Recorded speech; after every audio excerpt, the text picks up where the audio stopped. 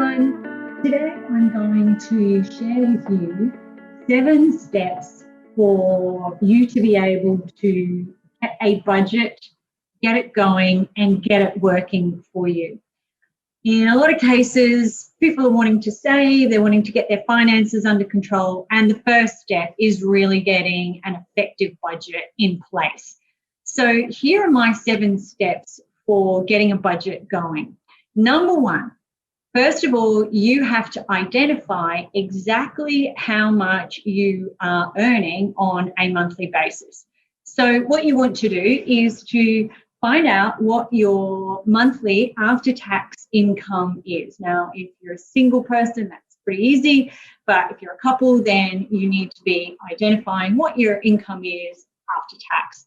Also include in that any freelance jobs or side gigs that you might have that earn you an income. Now, if this is sporadic, you probably want to look at what you're earning over 6 months and then average that out every month for 6 months and include that in your income.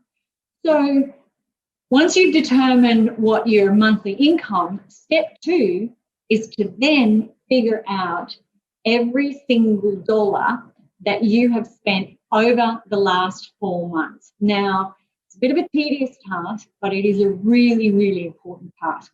So what I recommend you do is that you get all of your bank statements and all of your credit card statements and go through and look at every single thing that you have spent money on over the last 4 months.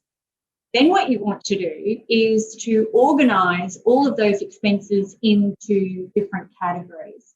Now, to make this easy, you'll find a couple of links on our blog that will take you to some great software and some great apps that will help you find what those categories are so that you can start organising all of your expenditure into those categories. Now, some of your expenses are going to be regular, weekly or monthly expenses that are going to be pretty easy to identify.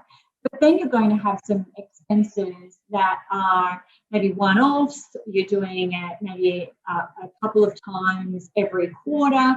So, for example, let's say you've got pharmacy expenses.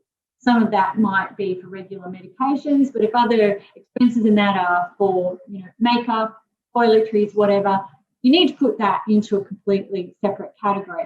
But again, you need to work out what your monthly spend is on that rather than just lumping it all into 1 month. So amortize that out across that 4-month or 6-month period. Once you've got everything into categories, then you need to carefully examine exactly what you're spending. And this is the part of budgeting where people are most surprised, because generally what people think they're spending and what they're actually spending is often vastly different.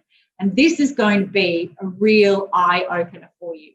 So identify those areas very carefully so you can actually see what you're really spending. Once you've done that, step 4 is really important, because the whole reason that we are having to set budgets or wanting to set budgets is generally because we have a goal in mind.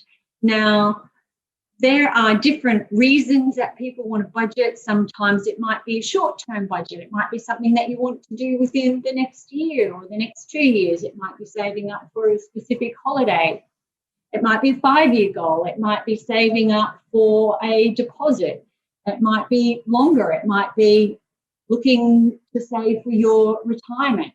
But it is really important that you have a defined goal in place, because if you don't have a goal, you have nothing to work towards and you will just aimlessly flounder and you won't stick to your budget. So setting a goal is a really, really important step in budgeting. So step 5 is then identifying how much you need to save for that goal and figuring out ways that you can actually reduce some of those areas where you're perhaps spending more than you should be. So you need to be looking at things like, do I really need to order so many Uber Eats? Do I really need to have that many dinners out? All of those sorts of things you need to look at carefully to see where you can actually save money. And step 6 is directly related to that, because regardless of what you decide that you're going to do, you need to make sure that your budget and your plan is actually attainable. If you're somebody that eats out 2 times a week, and you're saying, well, I'm going to only eat out once a month, I think that is a pretty unrealistic kind of a goal. So you want to make sure that whatever reductions in expenditure you are going to try and follow, you make sure that they're realistic and that they're attainable. Otherwise, you'll lose interest pretty quickly and you'll fall off the bandwagon completely. So make sure that whatever you're targeting, whatever you're suggesting that you're going to do in your budget, and the way that you're going to cut expenses is realistic. And step 7 is really super important in making sure that your budget works, and that is you have to review it. You have to review it every month. So every month you need to go in and you need to say, okay, last month, what did I spend on groceries? What did I spend on electricity? What did I spend on petrol? What did I spend on entertainment? What did I spend on discretionary expenses? So you need to make sure that every month you are tracking what you actually spend. There's no point having a budget if you're not tracking it and making sure that you're actually sticking to it.